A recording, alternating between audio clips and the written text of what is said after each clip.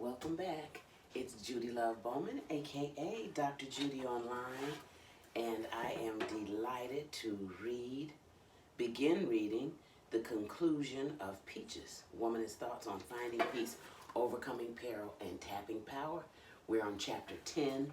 For those of you who are just joining us, you can, or for those of you who are reading along with us, you can join us on page 226. The conclusion. When life gives you peaches, make peach salad. I use the analogy of the black woman being the peaches in a typical American tossed salad. Ma Chisholm said, quote, "America is not a melting pot. It is a salad bowl," end quote. As marginal, disrespected, abused, used, hidden, and invisible American figures, as black women, I feel as if we are the metaphorical peaches.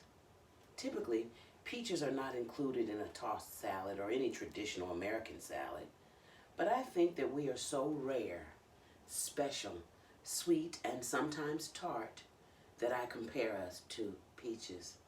Yes, you can slice the peaches and toss them into a salad for an extra special new treat. Please see Appendix P for my crunchy grilled peach salad recipe. We have got to make something great out of the hand we have been dealt. We have to work with what we have to work with. Let me call Beyonce, who made lemonade out of lemons.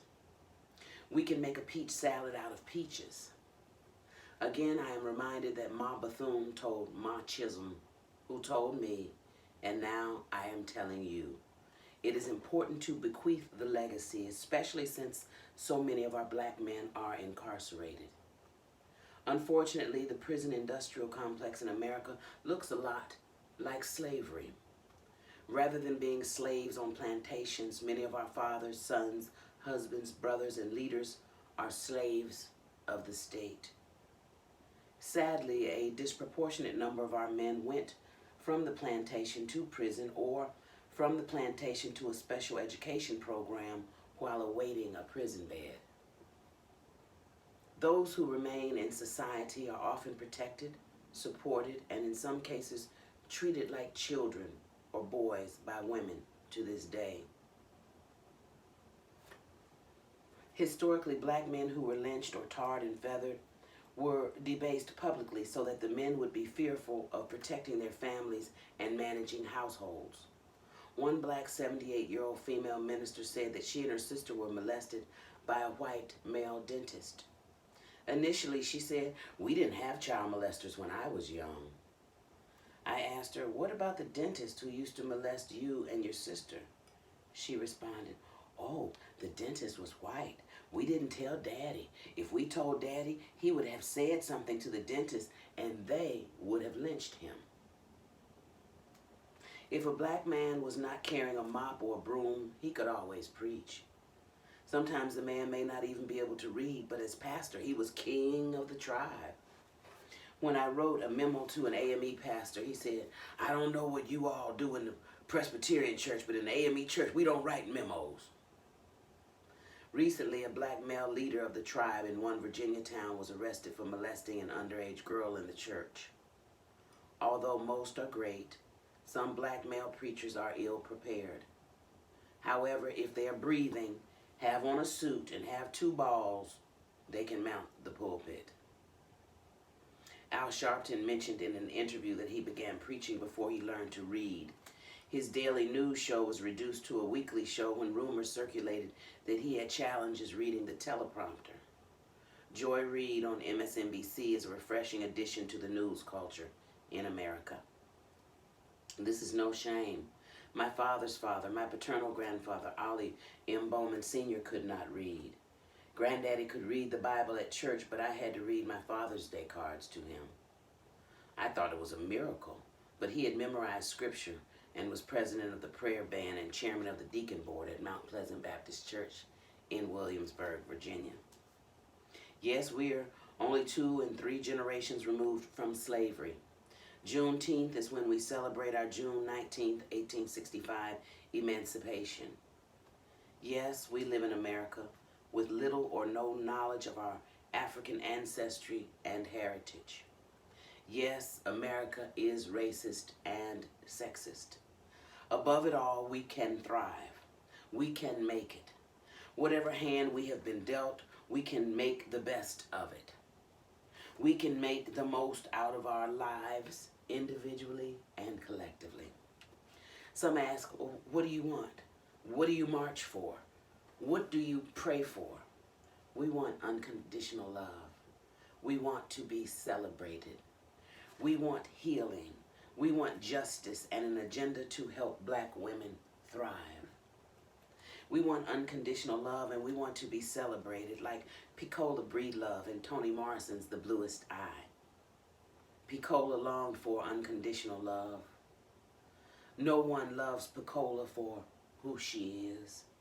She thinks that perhaps if she has blue eyes, or the bluest eyes, she will be loved unconditionally. We want love to be celebrated. We also want healing, justice, and an agenda that will help Black women thrive. After a season of the doctors and their spouses, Black women from Georgia, celebrating and also debasing each other, after calling each other Mr. Potato Head, talking about each other's teeth, mothers, and marriages, they came together. Throwing shade and reading each other has become a popular sport among women, particularly Black women. The white, male-beloved television host prompted the group of beautiful, successful, well-dressed Black queens to conclude the season by complimenting one another. Andy Cohen had the women from Married to Medicine television reunion special go around and say something positive or nice about one of the others on the stage. We need to take our cue from Andy Cohen and say or think something nice about each peach we encounter. Peaches may need a prompt, but we all need encouragement. It builds confidence and contributes to what Reverend Dr. Martin Luther King calls the beloved community. Calling for my therapy. We all need healing on this overground. I am writing this book to give you hope and optimism. Things will get better. Some of us peaches, Black women, have been so injured that we are bruised. When I find a bruised peach on the ground in my backyard, I usually eat around the bruise or cut it out altogether. The good news is that the rest of the peach is just as good and sweet as if no bruise had ever appeared. Some peaches have been damaged by groundhogs or by the weather. Others are just too bitter to eat, but are excellent for preserves or wine. Some of us have been bruised and battered from past experiences. Some peaches are too sweet, like many of us, either because we are too trusting or too apathetic. In any case, whatever type of peach you are, we all need healing, encouragement, and or affirmation in some area. Everybody has problems, and the way we deal with them has a lot to do with our measure of faith. We all need love, attention, appreciation, affection, safety, and belonging. I learned that some of us are doing well just getting up in the morning. For Black women, we have had to deal with racism, sexism, despair, hair and image issues, along with the demands of household, single parenthood in some cases, financial and workplace responsibilities. It can cause us to present outward manifestations such as anger. You have heard of the stereotypical angry Black woman. Tyler Perry presented one image of this persona in his award-winning film, Diary of a Mad Black Woman. Many times when we are wounded, hurt, disappointed, injured, abused, unsupported, disrespected, and overlooked, it can be labeled as angry. Anger is one stage of grief. As Black women, we have grieved an unknown heritage, lack of acceptance for our physical beauty and uniqueness, having no voice within the realm of policy making, having substandard housing and zoning conditions because of segregation by economics, and inadequate educational opportunities, and being neglected, disrespected, judged, mistreated, and mistrusted by the dominant society and by some of our own men, institutions, biological family members, church members, and some of our sisters, fellow peaches. Sometimes we have to grieve what was and what could have been and move on, so anger does not paralyze us. Anger can also be an outward manifestation of at least several other things: hurt, fear, frustration, lack of understanding, abuse, neglect, disappointment. Each of these 7 things or emotions, feelings, is a vulnerability. Anger is more protective and defensive than these 7.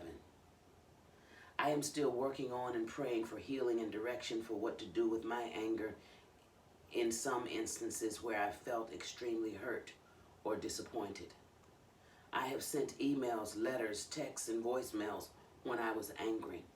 I have learned that the way I feel in a moment may not necessarily be who I am. Who I am is love. I am love.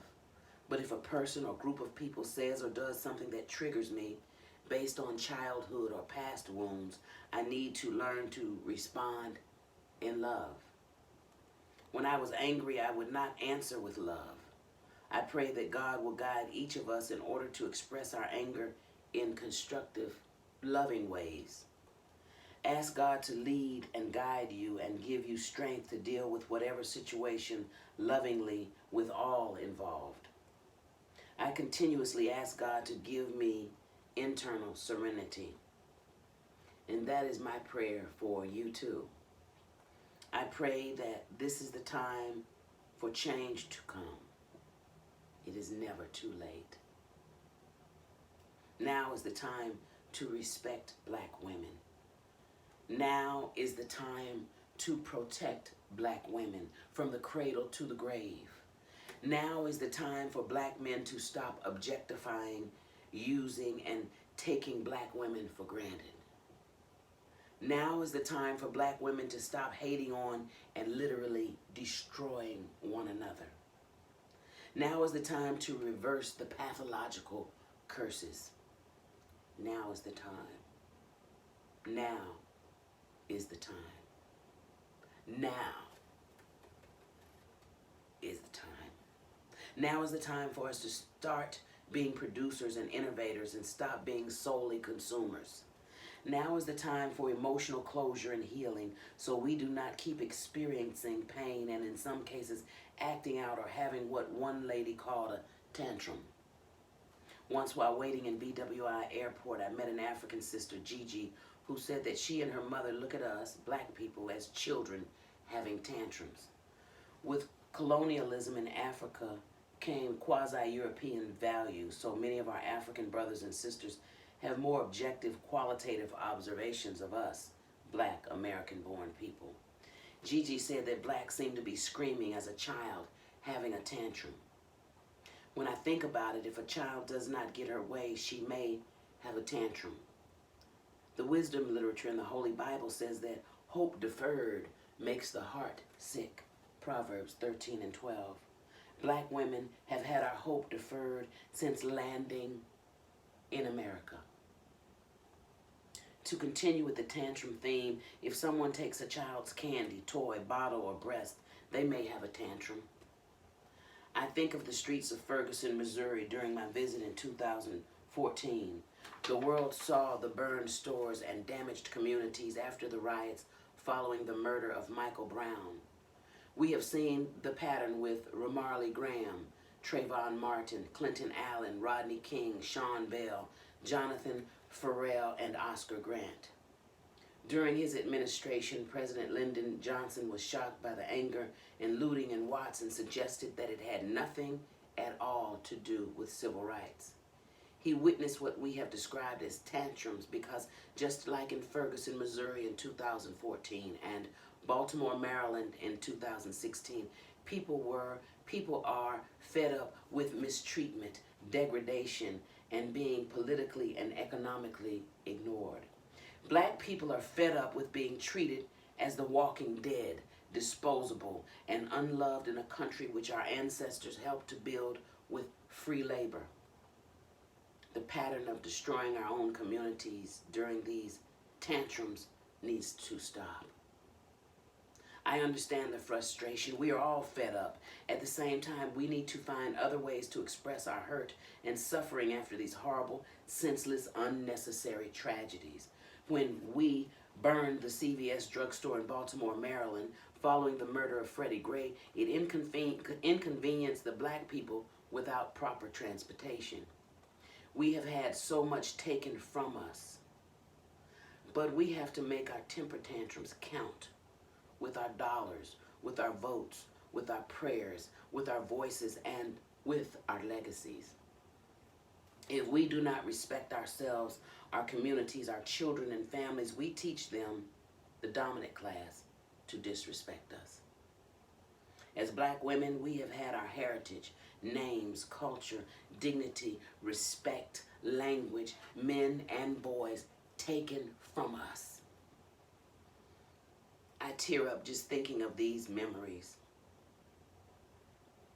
Self-pity is a negative emotion, so I am not reaching for that. I am bringing this to view in order for us to redirect our energies. Yes, we have every right to have a tantrum. We have every right to scream, shout, and run, as many of us do in church services as a form of celebration. It is not enough to have tantrums and scream. We have to take off the victim label and put on the victor label. We can't have a tantrum. We have to have a movement. The More Love movement, established in 1999, has the goals of unity, order, faith, justice, peace, and equality. When a tantrum is over, we have to do something so that 20 years from now, we are not in the same position. We are required to bequeath the legacy. We have victory over the very things, we can have victory over the very things that hurt us in the past. We are no longer victims. In the words of Public Enemy, we need to fight the power. Fight is not the correct term. We are not fighters, we are warriors. We do not need to fight. We need to have the courage to defend and uplift our families and communities and bring peace in the process. We need to be strong and of good courage. Deuteronomy chapter 31, verse 6. Since I love my neighbors as myself, I have to look at the tantrum analogy from both sides. When the boy killed the 9 church members in Charleston, South Carolina, and declared a race war, when the boy drove his car into the protesters in Charlottesville, Virginia, they too must have been having tantrums. As you know, blacks were bought, sold, and even after emancipation, sold, traded, and gifted. These boy killers grew up in an era where they had to work to compete with blacks, have substandard living conditions and health care, and have a black president for 8 consecutive years. Consider how you would feel if you were able to purchase cars, motorcycles, and trucks, then all of a sudden you could still drive, but now had to pay a rental car company to use their cars. Whites brought us to America to work, breed, serve, and pleasure them. Once we were freed and no longer considered to be 3/5 human, able to read, purchase homes in their neighborhoods, and vote, it must have been a shock. Some taught their children that blacks have tails and diseases so that they too had tantrums. If I were a white male landowner whose 4 parents had slaves, I would treat them well, but I probably would have had slaves too.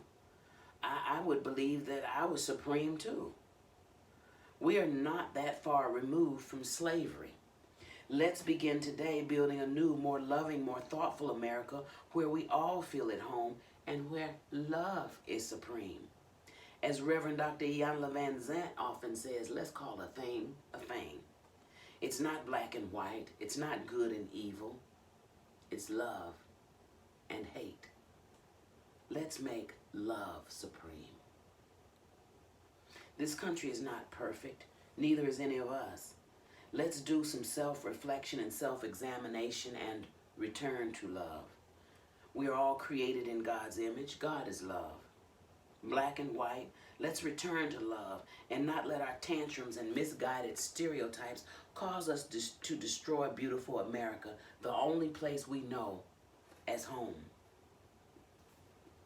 Trauma, neglect, and abuse can change who we are if we do not pay attention to the healing process.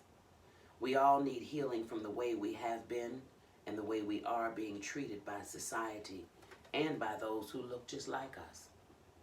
Since I had an emergency surgery for an ectopic pregnancy and was unable to attend the robing ceremony for my doctoral degree, my academic advisor, Joe Maxwell, robed me.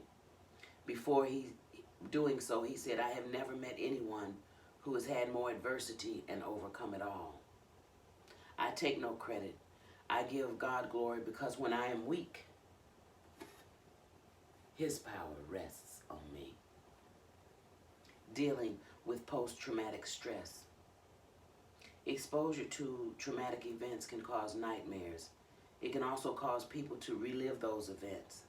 Some have crippling reactions to cues associated with traumatic events. Whether you have been traumatized by a particular event, by a lifestyle, i.e. poverty, filth, high crime environment, etc., or by systemic racism and systemic sexism, God can heal you. I believe He will heal you. To heal from emotional trauma, 1, be grateful. List at least 10 things you have to be thankful for. Revisit them from time to time. 2, forgive. Let whatever it is go. Don't carry it around. If someone, a person, institution, law, group, etc. mistreated you and never repented, apologized, or acknowledged it, God will deal with them and reward you. 3, believe the best about people. At the same time, protect yourself and have discernment about the company you keep. 4, don't fight every battle. Don't waste energy fighting every battle. When I discuss the honeybee in the next section, I mentioned that I learned that once some bees sting, they die. I try to remember this image each time I try to devote my energy to a battle. Also, I remember that the scripture teaches that the weapons of our warfare are not carnal, but are mighty of God for the pulling down of strongholds. 2 Corinthians 10 and 4. 5, let go of shame and guilt. When we hide things, it often means that we are ashamed. We can't carry the shame of others' abuse. 6, try not to compare yourself to others. No one lives a fairy tale. 7, protect your body. Being sexual is not the only way to express feelings of intimacy. We do not live on our genitals. We are intimate. When we are intimate with another, we share soul ties. Also, be informed about your medical treatment. Protect your body.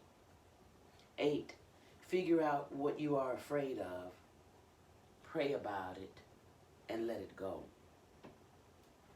9, use discernment when bringing people into your life. When you're healing, especially from trauma, many people, professional and personal, will offer assistance. You have the right to feel reasonably safe. If you do not feel safe around someone, or if they offer advice that you do not feel is for you, you can thank them for their concern and make decisions that best serve you and wish the best for them. Do not give anyone the benefit of the doubt. Stay in the information gathering mode. Number 10, be sure not to dwell in self-pity. It's not poor peach, it's powerful peach, pretty peach, productive peach, peach power. Keep your head up, keep your head up. 11, follow God's leading and remain committed to doing His will, whatever it takes and wherever He leads you. Number 12, decide to be happy each day. No peach is perfect, but don't let this world or this journey make you too hard of a peach. Don't be so hard that you are unrootable and unbondable. Don't be so soft that people walk all over you or bypass you altogether. Don't be too tart or too bitter. Try to have balance with your sweetness. No matter what, remember that your heart is strong. Compare it to the pit of the peach. No matter the weather, the color, texture, or origin of the peach, the pit is nearly indestructible. Decide in your heart to be happy. Smile, peach. Be happy, peach. List the things you like about yourself. Then there are 5 blank lines. Pray that you will continue to manifest these qualities and practices. Then list the things you dislike about yourself. Then there are 2 blank lines. You can add more lines, of course. Some painful places in our lives cause us to feel guilt, regret, insecurities, and shame, i.e. slut shaming, victim shaming, and body shaming. We all need to learn to live past those places of pain and replace our sorrow with positive thoughts, visions, prayers, psalms, hymns, and laughter. We also need to feel how we feel. Unless you give the hurt woman or the little girl permission to cry, to defrost like an old freezer and ask for help, there can be physical consequences. I have known people who have died of heartbreak.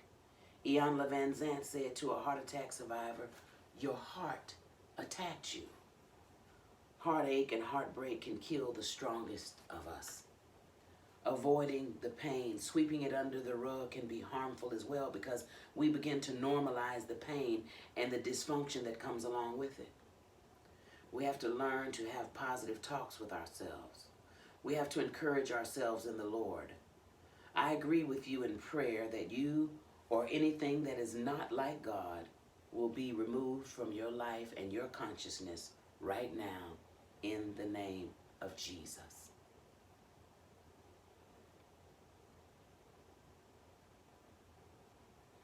Believe in yourself, because if bees can fly, so can I. More than 30 years ago, I heard a preacher teach on this subject. If bees can fly, so can I. I use this as a theme for a Black History speech at Robinsonville Elementary School in Mississippi. Whatever you have on your goal sheet, prayer list, and or vision board, it can come to fruition. I believe it. If bees can fly, you can and you will do it. Say it, pray it, see it, do it. I did a bit of research on bees just for this book. It seems impossible for bees to fly, yet they do. Along with butterflies, bats, and birds, bees are pollinators. They fly and they are pollinators. Although it seems impossible for bees to fly, they do. It may seem impossible for a Black female to be happy and prosperous in a country that neither loves nor celebrates her, but it is not. Yes, I call you my peaches. Like Beyonce, you are also my beehive. I learned that 90% of the bees in hives are female worker bees. Sound familiar? In the Black community, the majority of the workers are females. Scripture teaches that the harvest is plentiful, but the laborers are few. Matthew chapter 9, verse 37, and Luke chapter 10, verse 2. If we could mimic the bees and have 90% of us working on issues which impact Black women and families, we would be on our way to greatness and advancement. Honeybees do not just walk up and sting humans. If you respect them and give them space, they do not sting. They die once they sting someone or something, so they have to be selective. That is a sermon within itself within the context of womanism. Through my homiletic eye, I see that we need to pick our battles. Fighting the wrong battles can literally kill us. The queen bee is a producer. She lays 1,000 to 2,000 eggs per day, 1 million or more eggs in a lifetime. It takes 1 to 3 years to store the eggs. The queen, who has a yellow dot on the top of her head, receives royal jelly, a high protein, from the other bees so she can grow as the queen. Is there a queen bee inside of you? Encourage yourself and be good and kind to yourself. It is unkind and unloving to expect yourself to do something you do not know how to do. Some things no one taught us. Our mothers, grandmothers, aunts, first ladies, teachers, guidance counselors, church mothers, cousins, godmothers, and other female figures did the best they could. None of us is perfect. At the same time, many of us go around like the walking dead. Some folks you can't kill because they have never been alive. As therapy to ourselves, it is time to push back the cares of the world and concentrate on God, prayer, ourselves, our community, and our purpose. Although we are thriving, successful, honest producers, we cannot become so task-oriented that we don't take time to smell the roses and laugh about fart jokes. 2 games I enjoyed playing with our son over the years are Old Maid and Make Me Laugh. Laughter is medicine. Laughter, prayer, meditation, positive self-talk, and positive thinking are all helpful. At the same time, sometimes we need to talk to another person. Reverend McLean would call and say to me, I'm calling for my therapy. She'd say, I'm calling for my therapy. Bless her, Jesus. Many suffer from depression and hopelessness in silence. Whether your mother broke your heart, like mine did, whether someone you trusted sexually assaulted you, as was the case in my life, whether you were abused as a child and as an adult, as I was, you do not have to stay in a heartbroken, tired, fearful, depressed state. If no healing takes place, the heartbreak will continue. You can tap into the healthy, good parts of your life. You can give praise for the love and support you have experienced in your life. You can make it. And if you need help, it is not a sign of weakness. It is a sign of wisdom. Although culturally most black people do not engage in therapy, it is helpful to many. There are times when we all need to vent or have someone genuinely interested in listening. Be prayerful about the people you consult for counseling. I like the way Pastor Anita Claudine Hampton Zuber had a drive for ministry. I had spoken at her church a couple of times for Women's Day, Kwanzaa Revival, all-night prayer vigil, and a book signing. I asked her about counseling service because she warned me not to go to secular counseling. She said that she and her elder provided pastoral counseling. After a few sessions where she did all of the talking, as if she were in counseling, she said, I'm not equipped for this. She got all the financial and family information, then left me hanging. Later, after a series of disappointments, she sent a text recommending that I go to the Yellow Pages, which sounds very secular to me. Sometimes people want to see what you got, how you got it, what you do, how you do it, then they're gone. Poof. Beware. It is often hard for non-black professionals to demystify the black race in a way which would lead to therapeutic progress. A white female therapist said to me, I know a lot about blacks because my dad had sharecroppers. Oh, okay. Sharecropping context for a black professional woman. Got it. Part of your therapy will be telling people what you think or just talking. From social media blogs on television, from social media blogs to television talk shows like The View, The Talk, The Real, women's voices are everywhere. Black women are often major parts of these conversations. Although I sent my credentials to be on The View more than 10 years ago, the truth is that most women will not be cast on a talk show. It is good therapy, however, to let your voice be heard. It is unhealthy physically and emotionally to keep feelings bottled up. I am reminded of a recent trip to the market. I saw one of my son's white male high school teachers in the market. He gave him a B and was not even in the classroom during the parent-teacher conference.